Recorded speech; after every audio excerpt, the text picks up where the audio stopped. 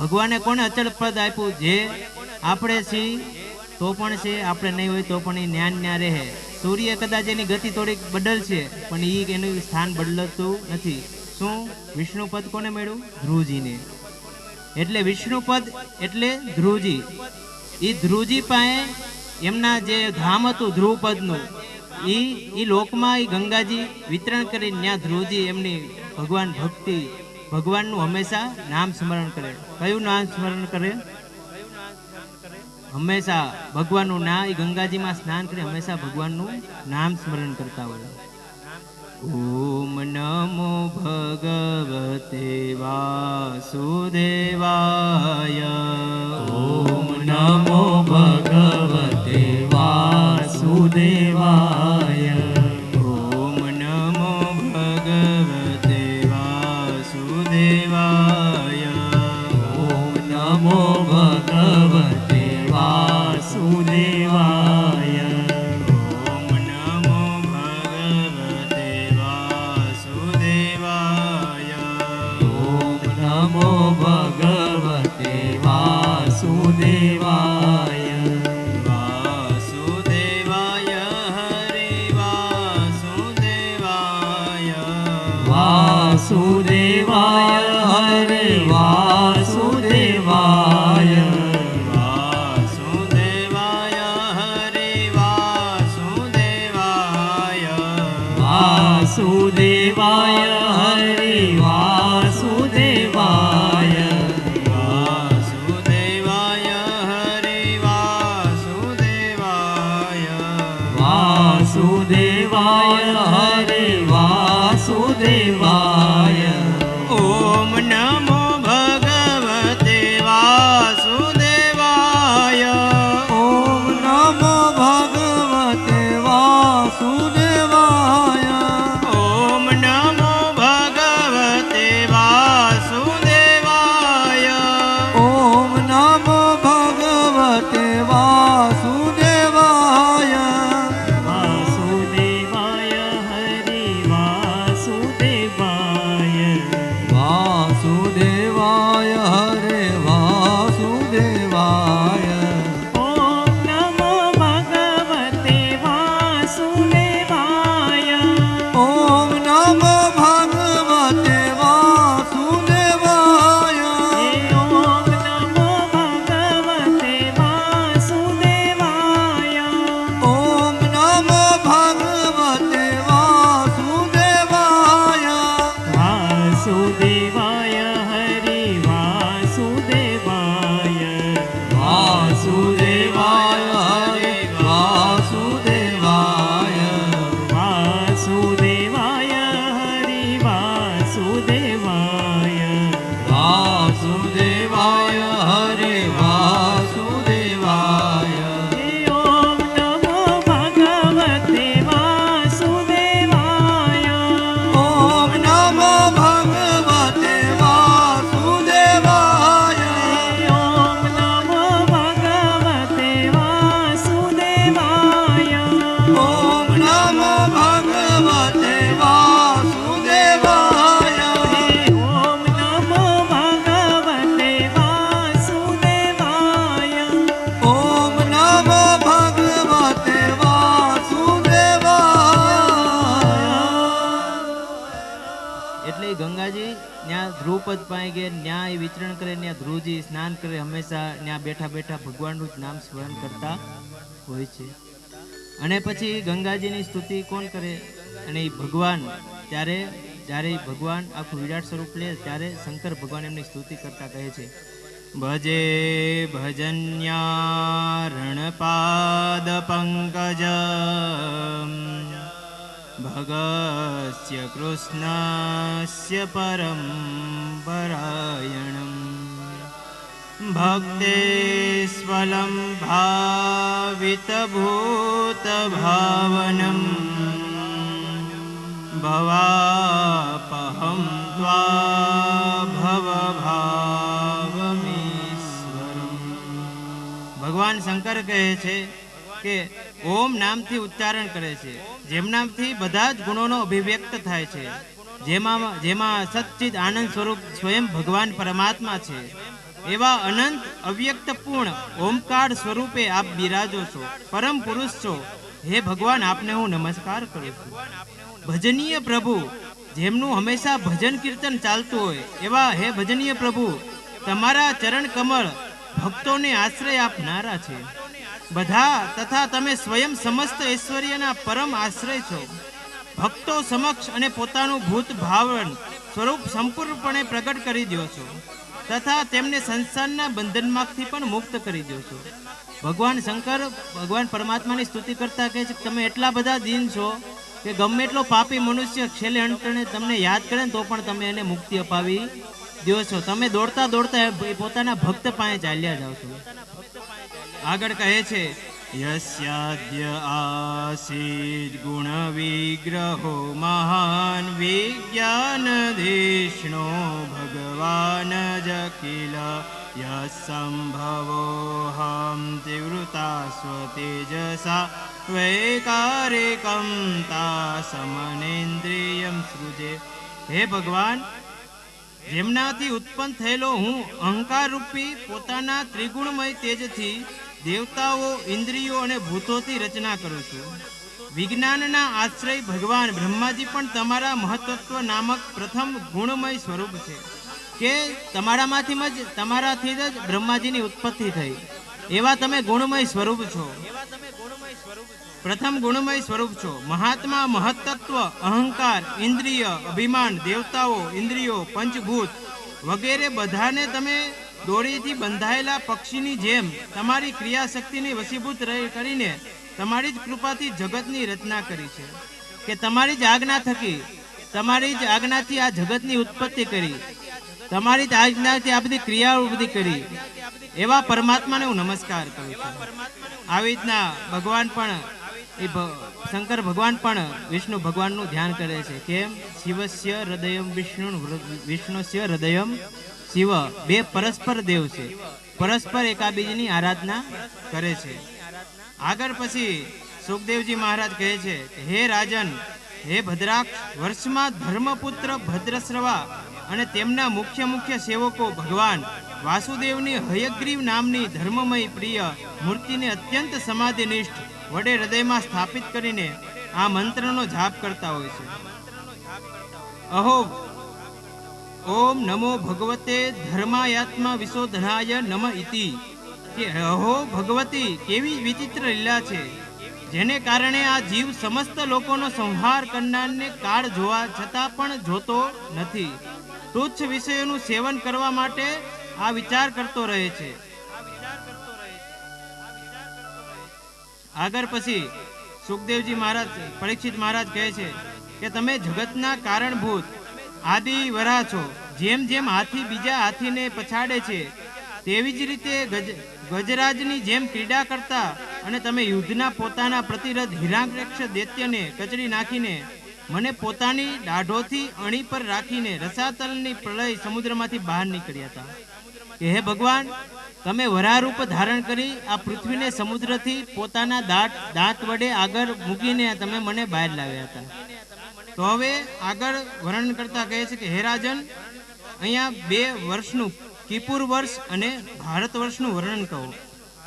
ત્યારે સુખદેવજી મહારાજ કહે છે કે હે રાજન, કિપુર વર્ષ એટલે માં લક્ષ્મીના મોટા ભાઈ અને આદિ પુરુષ સીતાજીના હૃદયમાં હંમેશા બિરાજમાન શ્રી રામના ચરણોના સાનિધ્યમાં રસિક પરમ ભક્ત એવા હનુમાનજી મહારાજ. હનુમાનજી મહારાજ અને અન્ય જે કિન્નરો હોય છે તે કિન્નરીઓ સહિત અવિચર ભક્તિ ભાવથી તેમની ઉપાસના કરે છે. અન્ય ગાંધર્વો પ્રમુખ અષ્ટિકોણ તેમના સ્વામી ભગવાન શ્રીરામની પરમ કલ્યાણમય ગુણમય ગાથા ગાયા કરે છે. હનુમાનજી જેમની ભક્તિ કરે છે એમની સાથે કિન્નરો પણ એ ભગવાન રામની ભક્તિ કરે છે, એવનું વર્ણન આવે. આગળ ભારત વર્ષમાં પણ ભગવાન દયાવાન નરનારાયણ રૂપ ધારણ કરીને સંયમશીલ મનુષ્યો પર અનુગ્રહ કરવા માટે પ્રગટ રૂપે કલ્પના અંત સુધી તપ કરતા રહે છે. તેમની આ તપસ્યા એવી રીતે જેના થકી ધર્મ, જ્ઞાન, વૈરાગ્ય, ઐશ્વર્ય, શાંતિ ઉપરિત ઉત્તરોત્તર થાય છે અને આત્મ સ્વરૂપની પ્રાપ્તિ થાય છે. ત્યાં ભગવાન નારદજી સ્વયં શ્રી ભગવાનને કહેવા સાંખ્ય યોગ, યોગશાસ્ત્ર સહિત ભગવાનને મહિમાનું પ્રગટ કરે છે. આગળ પરીક્ષિત મહારાજ કહે છે કે અન્ય 6 દીપોનું તથા લોકાલોકનું પર્વતનું વર્ણન. ત્યારે સુખદેવજી મહારાજ કહે છે કે હે રાજન, હવે પરિણામ, વિસ્તાર, માપ, લક્ષણો, સ્થિતિ અનુસાર પ્લક્ષ વગેરે અન્ય દીપો દેશ વિભાજનનું વર્ણન કરવામાં આવે છે. જંબુદીપથી ઘેરાયેલો છે, જે તેવી જ રીતે જંબુદીપ પણ પોતાના જેટલા જ પરિણામ એમ વિસ્તારવાળા ખારા સમુદ્રથી ઘેરાયેલો છે. વળી તે જ ખાઈ બહારના ઉપવનોનો ઘેરાયેલો છે. 6 દીપોનું વર્ણન કરતા આગળ સુખદેવજી મહારાજ કહે છે કે હવે જેમ કોઈ મુખ્યનું આપણે નિરૂપણ કરી લઈએ પછી એની પ્રમાણે બધું આગળ હાલે. હવે આપણા પૃથ્વીનો તો વર્ણન સાહેબ, પણ અંતરિક્ષમાં આપણે કેવી રીતના કેવી ગતિ જાણવી? ત્યારે સુખદેવજી મહારાજ કહે છે કે અંતરિક્ષમાં મુખ્ય કોઈ હોય તો એ સૂર્યનારાયણ છે. એ સૂર્યની ગતિ પ્રમાણે જેમ જેમ જેની ગતિ હોય એ પ્રમાણે બધા કાર્ય થાય. તો સુખદેવજી મહારાજ કહે છે કે હે રાજન, પરિણામ લક્ષણો સહિત આ ભૂમંડળનો આટલો જ વિસ્તાર છે. અને આને અનુસરીને વિદ્વાનો ધ્રુવલોક, જે અંતરિક્ષ એને શું કીધું? ધ્રુવલોક. ધ્રુવલોકનું હવે પરિણામ બતાવું છું કે ધ્રુવલોક પણ પરિણામ જાણી જેવું લોહીએ બંનેની વચ્ચે અંતરિક્ષનો છે. મધ્ય ભાગમાં રહેલો ગ્રહ અને નક્ષત્રોના અધિપતિ ભગવાન સૂર્ય પોતાના તાપ ગરમીથી પ્રકાશથી ત્રણેય લોકને તપાવે છે, પ્રકાશિત કરે છે. તેઓ ઉત્તરાયણ, દક્ષિણાયણ અને વિશ્વત નામની ક્રમશઃ ધીમી, ઝડપી અને સમાન આ મધ્યમ ગતિથી કરતા કરતા અનુસાર મકર રાશિમાં ઊંચા હોય અને નીચા અને સમાન. આપણે કોઈની પાસે જ્યોતિષ જોઈને એટલે અમુક રાશિમાં સૂર્ય ઊંચનો હોય, અમુક રાશિમાં સૂર્ય નીચનો હોય. તો આ બધી ગતિઓ હોય છે. જ્યારે સૂર્ય મેષ રાશિમાં અને તુલા રાશિમાં આવે ત્યારે દિવસ અને રાત્રિ સરખા થઈ જાય. જ્યારે સૂર્ય મેષ રાશિ અને તુલા રાશિમાં પ્રવેશ કરે ને ત્યારે દિવસ અને રાત બે સરખા હોય. અને જ્યારે વૃષભ વગેરે 5 રાશિઓમાં ગતિ કરે ત્યારે દર મહિને રાત્રિઓ ઉત્તરોત્તર એક ઘડી જેટલી નાની થતી જાય. અને જ્યારે વૃશ્ચિક વગેરે દિવસો મોટા થતા જાય છે. અને જ્યારે વૃશ્ચિક વગેરે 5 રાશિઓમાં ગતિ કરે ત્યારે દિવસો અને રાત્રિઓ ઉપયુક્ત સ્થિતિ કરતાં ઉલટા પ્રમાણમાં દક્ષિણાયન બાજુ જાય છે. અને ત્યાં દિવસો પણ મોટા થતા જાય છે. આવી રીતના ભિન્ન ભિન્ન ગ્રહોની સ્થિતિ, એ ગતિઓનું વર્ણન, કયા ગ્રહથી કેવું ફળ મળે, કયા ગ્રહ ઊંચા નીચના થાય. હવે આપણને એમ થાય ગ્રહો આપણને નડે, આટલા બધા દૂર છે તો આપણને ગ્રહો નડે? નડે કે નહીં? નડે. કેમ નડે? ચંદ્ર આપણથી કેટલો દૂર છે, પણ જ્યારે ચંદ્ર એની 16 કળાએ ખીલે ને, ક્યારે ખીલે એની 16 કળાએ ચંદ્ર? પૂનમના દિવસે. પૂનમના દિવસે ખીલે ને ચંદ્ર. ચંદ્ર એ મનનો કારક છે. ચંદ્ર એ આપણી સીધી મન ઉપર અસર કરે. મન ઉપર અસર કરે. આપણે કેવી રીતના માની મન ઉપર અસર કરે? તો જ્યારે પૂનમ આવે ને ત્યારે જે આપણે આ જે મન બુદ્ધિનું હોય ને આશ્રમ, ત્યાં આપણે જાવી ને તો એ વધારે ક્રોધિત થઈ ગયા હોય, વધારે એમના ગાંડા ગદોડાવા માંડ્યા હોય. કેમ કે ચંદ્ર એની 16 કળાએ ખીલો હોય ત્યારે એનો ચંદ્રનો પ્રભાવ બહુ પડતો હોય. અને જ્યારે અમાવસ હોય ને ત્યારે એ મંદ હોય. ત્યારે તમે જ્યારે જાઓ ને એ મન બુદ્ધિના આશ્રમમાં ત્યારે બધા શાંત થઈને બેસી ગયા હોય. એનું કારણ શું? ચંદ્ર. કેમ કે ચંદ્ર એની જ્યારે 16 ખીલાએ ખીલો ને ત્યારે આપણા મન ઉપર અસર કરે. અને સૂર્ય એ આપણી આત્માનો કારક છે. સૂર્ય એ ક્યાં અસર કરે? સીધી આપણી આત્મા ઉપર. આપણે જ્યારે જોવી વાદળા હોય ને તો આપણને આમ બહુ મન ન થાય બહાર નીકળવાનું, કંઈ કામ કરવાની આમ મન ન થાય, આળસ બેઠી રહે. આ બધું અનુભવવાનું બધું આપણે અહીંયા જ છે, પણ એને આપણે સમજી શકતા નથી. પણ આપણને એમ થાય સૂર્ય એટલો બધો દૂર છે, આપણને શું નડે? હમણાં તડકો વધે એટલે કેવા આગા પાછા થવા માંડી. એટલે આપણે જાણી કે ન જાણી એની ગતિ તો અમુક આપણે એમ કે અમે જ્યોતિષમાં માની નહીં, આ ગ્રહોમાં માની નહીં, પણ આપણા માનવા ન માનવાથી કાંઈ વયું જવાનું નથી. આપણે દીવો પ્રગટ કરી જાણતા એને અડી કે અજાણતા અડી, દાજવામાં તો સીતે એમાં સોરી હાલે કે હવે માફ કરી દેજો, ભૂલમાં અડી ગયો. એવી રીતના આપણને ગ્રહો એના સમય અનુસાર આપણી ઉપર એની જેમ જેમ દશા હોય દશા તો એની ભોગવી જ પડે. એટલે એ પણ સૂર્ય એ આપણી આત્માનો કારક છે અને ચંદ્ર એ આપણા મન ઉપર કારક છે. આપણો સૂર્ય નબળો હોય ને તો આપણે કાંઈ એકલા કાંઈ કાર્ય કરી ન શકીએ. આપણે એમ થાય કરી જ નાખવું, પણ એ જ્યારે કરવા જાય ને એમ થાય નથી કરવું, જવા દો ને. અને ચંદ્ર જ્યારે આપણો નબળો હોય ને ત્યારે આપણે એકલા વિચાર આપણે એક દ્રઢ નિશ્ચય ન કરી શકીએ.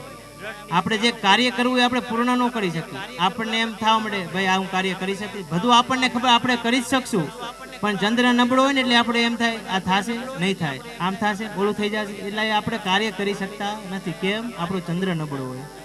અને મંગલ શેનો પુત્ર છે? મંગલિયા ધરતીનો પુત્ર છે. મંગલ ભૂમિપુત્ર છે. મંગલિયા ભૂમિનો કારક છે. અને મંગલ એ કેવો છે? લાલ. લાલ આપણા શરીરમાં શું છે? લોહી. મંગલ જ્યારે નબળો હોય ને તો આપણે લોહીના બધા રોગો થાય. લોહીના રોગો થાય ને એટલે સમજી જવું કે આપણો મગજ નબળો છે. આવી રીતના અલગ અલગ ગ્રહોની બધી સ્થિતિ કીધી. કયા ગ્રહ ઊંચના હોય તો કેવું ફળ મળે, કયા ગ્રહ નીચના હોય તો કેવું ફળ મળે. સમય અનુસાર જે ગ્રહો અમુક રાશિમાં ઊંચના હોય, અમુક રાશિમાં સ્થિત નીચના હોય, આવી રીતના અલગ અલગ એની ગતિઓનું વિભાજન અહીંયા સુખદેવજી મહારાજ પરીક્ષિત મહારાજને કહે છે. આગળ કહે કે શિશુમાર ચક્રનું વર્ણન કરે છે અને રાહુ વગેરેની સ્થિતિ અલગ અલગ નીચેના લોકમાં વર્ણન કરે છે. અને સંકર્ષણ દેવનું વિવરણ અને ભગવાનની સ્તુતિ અને નરકોની વિભિન્ન ગતિનું વર્ણન કરે છે. અહીંયા નરકોની પણ ગતિ કીધી છે કે કેવા કર્મ કરવાથી કયું નરક આપણને મળે. કેટલા નરક છે? 1 કે 2? કેટલા નરકો કીધા છે અહીંયા? 1 કે 2? 21 નરકનું વર્ણન અહીંયા ભાગવતજીમાં કીધું છે. ખાલી મુખ્ય 21. એવા તો કેટલા નરકો છે. જેવા કર્મ કરો એવી ગતિ મળે, એવું નરક આપણને પ્રાપ્ત થાય. એક નરક નથી. તો આપણે એનું થોડુંક જોઈ લેવું એટલે આપણને ખ્યાલ આવે કે કેવી ગતિ આપણને મળશે. તો અહીંયા સુખદેવ રાજા પરીક્ષિત મહારાજ કહે છે કે મહર્ષ એતેદ વિચિત્રમ લોકસ્ય કથમિતિ, કે હે સુખદેવજી મહારાજ, લોકોને આ જે ઉત્તમ કે અધમ ગતિનો પ્રાપ્ત થાય છે એમનામાં આટલી વિભિન્નતા શા માટે? કે અમુકને ઉત્તમ ગતિ મળે, અમુકને નીચની ગતિ મળે, તો એની ગતિ કેવી રીતના મળતી હશે?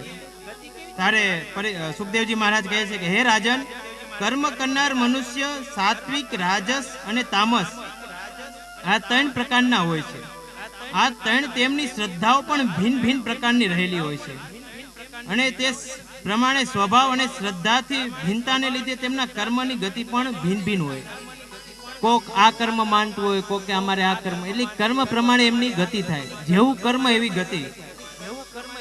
તો અહીંયા ફક્ત પાપ કરનારાઓને પણ તેમની શ્રદ્ધાના અસમાનપણે એક સરખું ફળ મળતું નથી. હવે એનું પ્રમાણ શું? તો આપણે આગળ કથા જોઈ લીધી. ગોકર્ણજી મહારાજે પેલા કથા કરી તો કોને ખાલી મુક્તિ મળી? ધુંધુકારીને. કેમ બીજા બધાને ન મળી? ગોકર્ણજી બધાને હરખી સંભળાવતા હતા ને કથા, પણ કેમ ન મળી? કેમ કે એ બધા ખાલી સાંભળવા પૂરતી જ કથા સાંભળતા, પછી એનું કોઈ ચિંતન મનન કરતા નહીં. પણ ધુંધુકારી એ કથાને શ્રવણ કરતો, એને ચિંતન કરતો, એનું મનન કરતો, પોતાની ઉપર ઉતારતો અને પ્રાયશ્ચિત કરતો હતો કે મારથી આવા પાપ થયા, ભગવાને મને આવો મનુષ્ય અવતાર આપ્યો તો પણ મેં કોઈ સત્કાર્ય કર્યું નહીં અને મેં એને એમને એમ વેડફી દીધું, એને પ્રાયશ્ચિત થયો એટલે એને મુક્તિ મળી. અને બીજા બધા ખાલી સાંભળવા પૂરતી સાંભળી. અને પાછા જ્યારે ગોકર્ણજી મારે બીજી વાર કથા બોલી ત્યારે બધા મન દઈને સાંભળે એટલે મુક્તિ. એટલે જેવું કર્મ એવી વિભિન્ન ગતિઓ મળતી રહે છે. રાજા પરીક્ષિત કહે છે કે હે ભગવાન, આપ જેમનું વર્ણન કરવા ઈચ્છો છો તે નરકો આ પૃથ્વી પર જ છે કે પછી ત્રિલોકની બહાર અથવા તેની અંદર જ કોઈ જગ્યાએ છે? ત્યારે સુખદેવજી મહારાજ કહે છે કે હે રાજન, તે નરકો 3 લોકમાં છે. એટલે આપણી પૃથ્વીમાં પણ એક નરક છે. કયું નરક છે?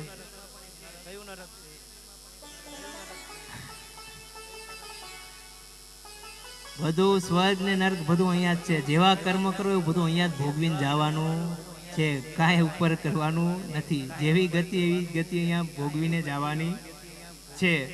એટલે ભગવાન કહે કે સૂર્યના પુત્ર પિતૃરાજ ભગવાન યમ પોતાના સેવકો સાથે રહે છે તથા ભગવાનની આજ્ઞાનું ઉલ્લંઘન નહીં કરતા પોતાના દૂતો વડે જ લેવાયેલા મૃત પ્રાણીઓને તેમના દુષ્કર્મ અનુસાર પાપના ફળનો દંડ આપે છે. જ્યારે મનુષ્ય દેહ છોડે ને ત્યારે યમના દૂતો આવે અને એના કર્મ પ્રમાણે એની ગતિ કરે. તો અહીંયા જે મનુષ્ય બીજાઓના ધન, સંતાન કે સ્ત્રીનું હરણ કરે છે તેમને અત્યંત ભયાનક યમદૂતો કાળ પાસથી બાંધીને જબરદસ્તીથી ત્રામસી નરકમાં લઈ જાય. જે પુરુષ બીજાની સ્ત્રી કોઈનું લૂંટી લે એમને યમના દૂતો પોતાના પાસથી બાંધીને એમને ન જાવ તો પણ ઢેરીને કયા નરકમાં લઈ જાય? ત્રામશ્રી નરકમાં લઈ જાય છે. અને અધિકારપૂર્ણ નરકમાં તેને અન્ન જળ નહીં આપતા દંડા મારવા ભય દેખાડવાનું કહે છે. આટલું બધું કરે, અન્ન જળ ન આપે, દંડા મારે. અને એ કયા કયા 21 નરકો છે તો અહીંયાના નામ કીધા છે કે ત્રામશ્રી, અંધાત મિશ્ર, રૌરવ, મહારૌરવ, કુંભીપાત, કાલસૂત્ર, અસીપત્રવાન, સુકુમુખ, અંધકૂપ, કુમી ભોજન, સંદસ, તપસમૂર્તિ, રજ્જંકટ, વેતરણીય, પુયોદ, પ્રાણરોધ, વિશસન, લાલાભક્ષ, સારમેયાદ, અવિચી અને અયપાન. આ ઉપરાંત સારકર્દમ, રજોગણ ભોજન, શૂલપોત, દંશકુશ, અટ્ટવ નિરોધન, પર્યાવર્તન, સૂચિમુખ. આ 7 બીજા મળીને કુલ 28 નરકોનું અહીંયા વિભાજન કર્યું છે. હવે આ બધાનું નરકોનું વિભાજન કરશું તો અમને અહીંયા કોઈ ઉભા રહે છે નહીં. એટલે જેવી ગતિ હોય એવા નરકોની પ્રાપ્તિ થાય. એટલે અહીંયા ભગવાન સુખદેવજી મહારાજ બધા નરકોની જેના જેના જેવી કર્મની છે એવી ગતિ એમને અપાવે છે. અને અંતે કહે છે કે યતિજનોએ ભગવાનના સ્થૂળ અને સૂક્ષ્મ બંને પ્રકારના રૂપોનું શ્રવણ કરી પહેલા ચિત્તને સ્થૂળ રૂપમાં સ્થિર કરવું જોઈએ અને પછી ધીરે ધીરે ચિત્તને ત્યાંથી હટાવીને સૂક્ષ્મ રૂપમાં જોડી દેવું જોઈએ. પહેલા એમ નામ આપણને સીધું ભગવાનમાં ભક્તિ ન જાગે. આપણે એમ કહીએ ને ભક્તિ કરી લેવી તો એમ નામ જાગશે નહીં. પહેલા આપણે આ સંસારમાં લઈને ધીમે ધીમે પૂજા પાઠ શરૂ કરી દેવાના. શું કરવાનું? પૂજા પાઠ, ઘરે અગરબત્તી, દીવો એવી રીતના ધીમે ધીમે શરૂ કરવાનું. એકદમ આપણે એમ થાય આપણને અંતર ધ્યાન થઈ જાય એવી રીતના કોઈને અંતર ધ્યાન ઘડીકમાં થાય નહીં. ધીમે ધીમેનું સ્ટેપ બાય સ્ટેપ એક એક પગથિયું ચડવું પડે. તો અહીંયા સુખદેવજી મહારાજ પરીક્ષિત મહારાજને કહે છે પહેલા એના શાશ્વતને સમજવું પડે. પેલા ધીમે ધીમે પૂજા પાઠ કરી અને ધીમે ધીમે અંતર ધ્યાન ધીમે ધીમે બધું મૂકતું જવાનું. ધીમે ધીમે અન્ન ઓછું કરતું જવાનું, પાણી ઓછું કરતું જવાનું. હવે આપણને એમ થાય વ્યસન મુકાવતા નથી, પણ વ્યસન આપણે કોઈને મુકાવવું પણ નથી, પણ એ પોતે મૂકી દેવાનું. કેવી રીતના? ધીમે ધીમે. એક હારે મુકાશે નહીં, મને પણ ખબર છે, કેમ કે વ્યસન થઈ ગયું એમ નામ મુકાય નહીં. તો ધીમે ધીમે આપણે એ વ્યસનને છોડવાનું. 5 બીડી પીતા હોય તો 4 પીવાની, અઠવાડિયા લગી 4 હકાવાની. 4 પીતા હોય પછી અઠવાડિયા પછી 3 કરવાની, 3 પીતા હોય તો 1 કરવાની. એવી રીતના ધીમે ધીમે એ વ્યસનને મૂકતું જવાનું.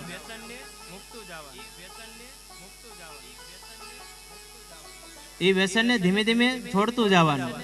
એટલે અહીંયા પરીક્ષિત મહારાજ પછી સુખદેવજી મહારાજ કહે છે કે તમારી આગળ પૃથ્વી, તેની અંતર્ગત દ્વીપો અને આવી રીતના આકાશ, સમુદ્રો, પાતાળ, દિશા, નરકો, જ્યોતિષગણ, આ બધું અમે તમને વર્ણન સંભળાયું. આ 5મો સ્કંદ એ આખામાં આખું સૃષ્ટિનું વર્ણન, કેવા નરક, કેવા પાપ કરવાથી કયા નરકની ગતિ મળે, આ સૃષ્ટિમાં કેટલા ખંડો છે, કેટલા દ્વીપો છે, કયા કયા વૃક્ષો છે, કેવી રીતના શું છે, એ બધાનું અહીંયા વર્ણન કર્યું છે. અને આ 5મો સ્કંદ અહીંયા પૂર્ણ થતા આપણે કૃષ્ણચંદ્ર પરમાત્માને અર્પણ કરી ઘડી ભગવાનનું સંકીર્તન કરી આ 5મો સ્કંદ આપણે ભગવાનના ચરણોમાં અર્પણ કરીએ અને આપણે હરિનામ સંકીર્તન કરીએ. ભજન એક રામ નામનું કરીએ રે, ભજન એક રામ નામનું કરીએ રે, ભજન એક રામ નામનું કરીએ રે, ભજન એક રામ નામનું કરીએ રે, ભજન એક રામ નામનું કરીએ રે, ભજન એક રામ નામનું કરીએ રે.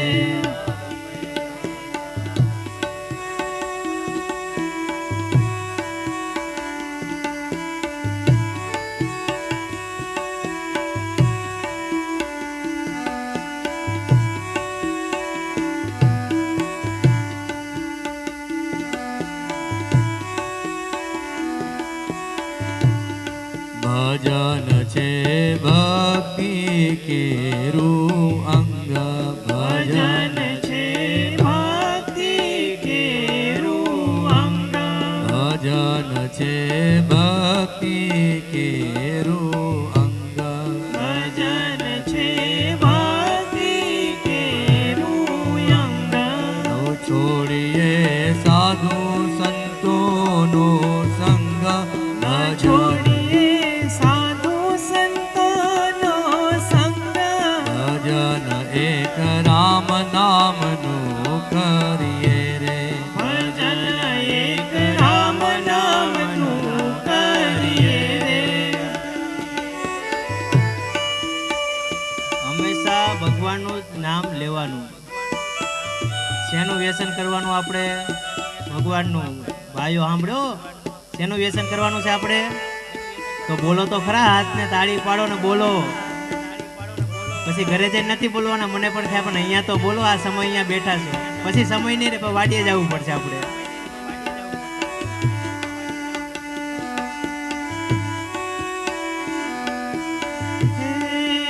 હરિ નામ રટતા હરદમ રહીએ રે. એ હરિ નામ રટતા હરદમ રહીએ, હરિ નામ રટતા હરદમ રહીએ રે. એ હરિ નામ રટતા હરદમ રહીએ, હે સદગુરુ શરણમાં નિત્ય રહીએ રે. ભજન એક રામ નામનું કરીએ રે. ભજન એક રામ નામનું કરીએ રે.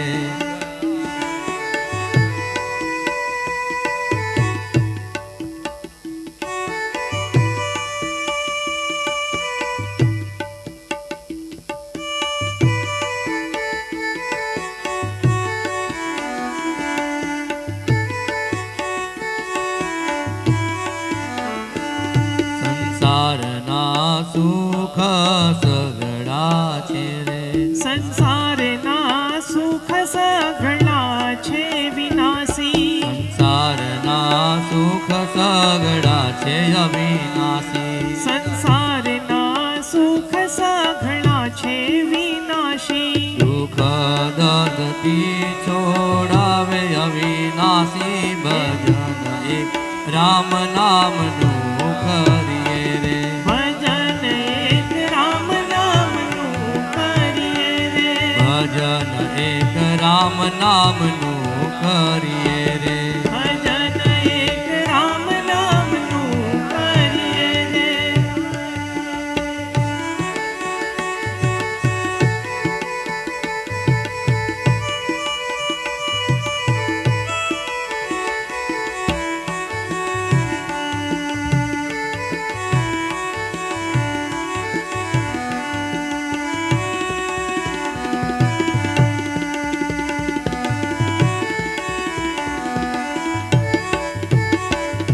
માયાના બંધનથી રે છોડાવે, માયાના બંધનથી એ છોડાવે. કર્મના બંધનથી રે છોડાવે, કર્મોના બંધનથી એ છોડાવે. એ તાપ સુન તાન પાપને ભગાવે. ભજન એક રામ નામનું કરીએ રે, ભજન એક રામ નામનું કરીએ રે, ભજન એક રામ નામનું કરીએ રે, ભજન એક રામ નામનું કરીએ રે. ભજન એક રામ નામનું કરીએ રે. અને બધા વ્યસન મૂકી દઈએ. અહીં આપણો 5મો સ્કંદ કૃષ્ણચંદ્ર પરમાત્મા ચરણોમાં અર્પણ કરી 6ઠ્ઠા સ્કંદમાં પ્રવેશી. 6ઠ્ઠો સ્કંદ એ પુષ્ટિ કૃષ્ણ લીલા કીધી. 6ઠ્ઠા સ્કંદ એ પુષ્ટિ કૃષ્ણ લીલા, જે ભગવાનનું ડાબું સાથળ ડાબું અંગ કીધું છે. તેમાં